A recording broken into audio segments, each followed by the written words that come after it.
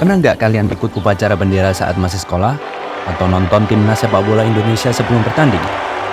Pasti kalian sering dengar lagu Indonesia Raya dimainkan. Tapi, kenapa sih kok lagu Indonesia Raya? Mengapa lagu tersebut spesial? Gimana berjalannya hingga menjadi lagu kebangsaan sampai sekarang ini?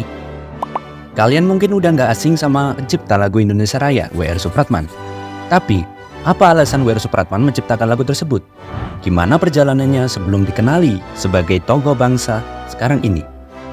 Dan inilah kisah seorang tokoh yang awalnya hanyalah pemuda biasa hingga mengubah sejarah bangsa. Ia adalah sang komponis W.R. Supratman.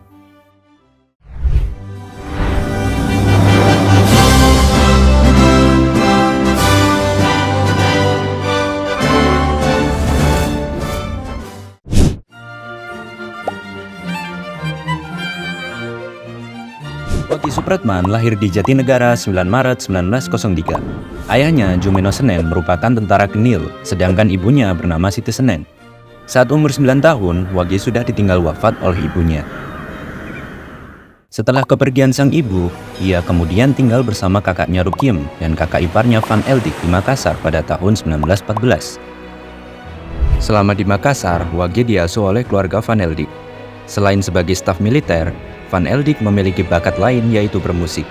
Van Eldik memiliki peran yang besar dalam hidup Wage.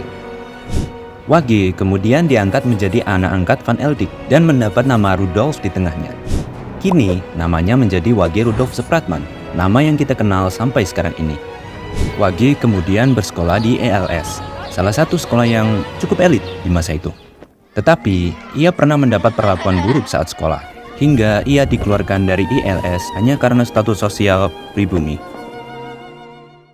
Walaupun mendapat diskriminasi, ia akan mengingat kejadian tersebut dan menjadikannya motivasi. Ia tetap melanjutkan pendidikannya di sekolah lain dengan rajin. Setiap sepulang sekolah, Wage terkadang melihat Van Eldik memainkan biola. Hal itu membuat Wage tertarik dengan seni musik. Mereka yang melihat Wage tertarik akhirnya mengajari Wage seni musik. Kini rutinitas Wage setelah pulang sekolah adalah belajar bermain musik hampir setiap hari. Usaha memang tidak mengkhianati hasil. Ia bahkan butuh waktu 3 tahun untuk belajar musik. Setelah lulus sekolah, karirnya dimulai dengan menjadi guru. Namun hal tersebut tidak bertahan lama. Karirnya naik saat bekerja di kantor advokat Belanda. Di sela pekerjaan utamanya, ia juga bermain di band jazz milik Van Eldik. Di masa mudanya, ia digaji banyak dari kedua pekerjaan tersebut. Sebagai anak muda, ia juga ingin merasakan hasil kerja kerasnya dengan bersenang-senang. Uangnya yang cukup membuatnya dapat menikmati gaya hidup impian anak muda. Ya seperti anak muda sekarang ini, jika memiliki cukup uang, siapa sih yang nggak tahan buat beli sesuatu? Mereka juga akan menggunakan uangnya untuk gaya hidup kan?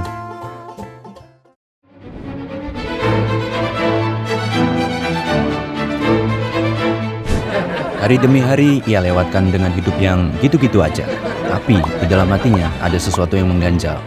Ia teringat ketika mendapat diskriminasi saat sekolah di ILS. Supratman sadar selama ini ia hidup berkecukupan dengan orang Belanda. Tetapi di sisi lain ia melihat kondisi bangsanya sendiri yang terjajah oleh Belanda. Supratman melihat dirinya dalam dilema. Sebagai pemuda, ia berpikir apakah tidak bosan jika hidupnya untuk bersenang-senang saja tanpa melakukan hal yang berarti? Ini bukan soal uang, tetapi makna hidup.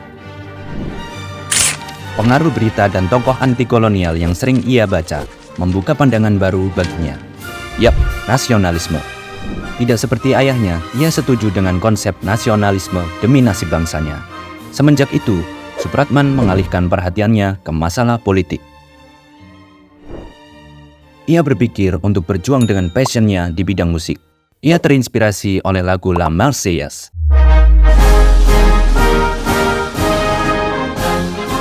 Sebuah simbol perlawanan rakyat terhadap penindasan yang diciptakan semasa Revolusi Perancis. Hari-hari ia habiskan untuk menulis lagu di rumahnya. Dari sekian percobaan yang gagal, ia tetap meneruskan tekadnya tanpa mengeluh. Kemudian, ia memutuskan untuk merantau ke Jawa. Sebelum meninggalkan Makassar, Van Eldik memberikan hadiah terakhirnya, yaitu biola yang sangat berharga bagi Supratman.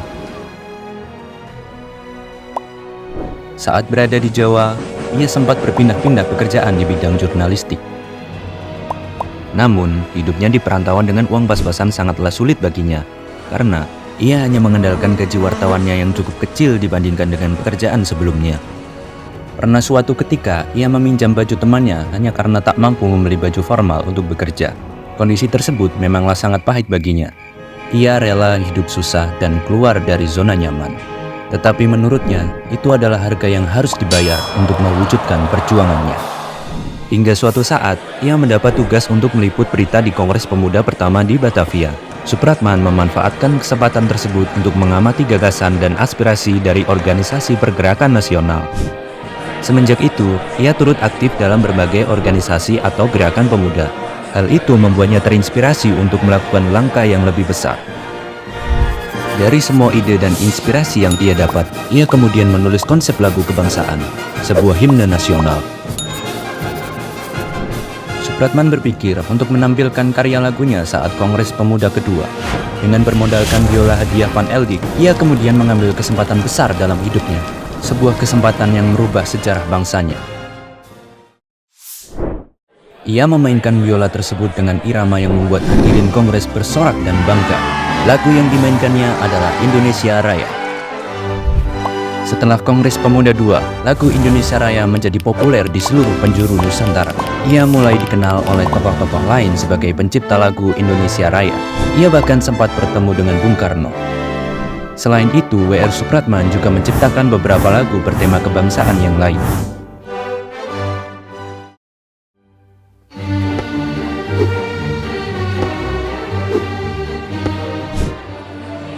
Di masa itu, pemerintah kolonial hanya mengakui lagu Wilhelmus sebagai lagu kebangsaan.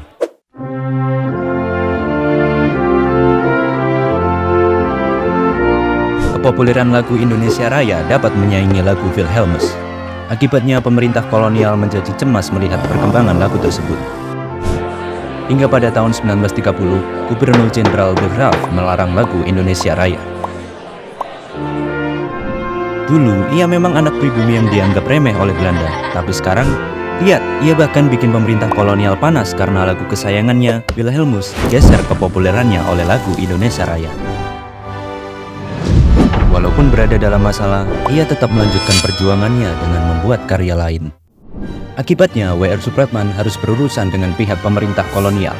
Ia sempat diinterogasi soal lagu ciptaannya tersebut. Semenjak itu, hidup Supratman menjadi tidak tenang. Ia menjadi target intaian oleh agen intelijen pemerintah kolonial. Supratman sempat hidup berpindah-pindah dan menjadi buronan. Hingga akhirnya ia pindah dan tinggal di Surabaya bersama kakaknya Rukiem. Polisi kolonial yang mendapat kabar jika W.R. Supratman berada di Surabaya pun bergegas mencari keberadaannya.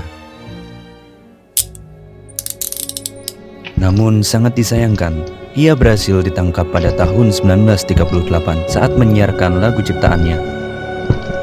Kemudian, ia ditahan dan sempat diinterogasi lagi yang membuat kondisi kesehatannya makin memburuk. Setelah dilepaskan, Supratman jatuh sakit dan dirawat oleh kakaknya Rukiem di rumahnya.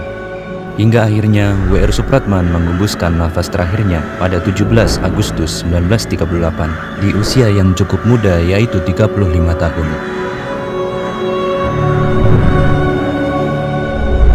Proklamasi kami. Ia bahkan tak sempat melihat hasil perjuangannya terwujud 7 tahun kemudian. Menyatakan kemerdekaan Indonesia. Republik Indonesia telah berdiri.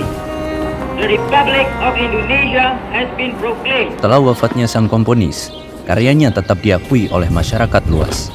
Hingga pada proklamasi kemerdekaan, lagu Indonesia Raya dinyanyikan untuk mengiringi upacara bendera. Kemudian pada tahun 1958, Presiden secara resmi menyatakan jika lagu Indonesia Raya merupakan lagu kebangsaan Republik Indonesia. Itulah mengapa tiap acara kenegaraan atau upacara bendera selalu diiringi lagu Indonesia Raya. Atas jasanya, pemerintah menganugerahkan penghargaan gelar pahlawan nasional pada tahun 1971. Hingga pada tahun 2013, pemerintah menetapkan 9 Maret sebagai Hari Musik Nasional yang ditetapkan sesuai dengan tanggal lahir W.R. Supratman. W.R. Supratman awalnya hanyalah pemuda biasa yang membutuhkan pengakuan, memiliki hobi, dan gaya hidup. Hingga di tengah jalan terjadi perubahan tujuan hidupnya. Mungkin keputusan yang ia ambil cukup gila bagi kebanyakan orang di masa itu. Karena ia rela meninggalkan kehidupannya yang serba cukup hingga membuatnya dalam masalah dengan pemerintah kolonial, hanya untuk memperjuangkan bangsanya. Tapi, ia pernah berkata, negeri ini butuh banyak orang gila untuk merdeka. Keputusan itulah yang membuat dirinya dapat menggunakan masa mudanya dengan hal yang bermakna. Ia dapat merubah sejarah bangsanya hanya dengan sebuah biola. Tapi W.R. Supratman dapat membuktikan jika dirinya pantas dan layak untuk membuat sejarah tersebut. Sejarah ditulis oleh pemenang, maka W.R. Supratman layak menjadi pemenang dalam sejarah lagu kebangsaan Indonesia.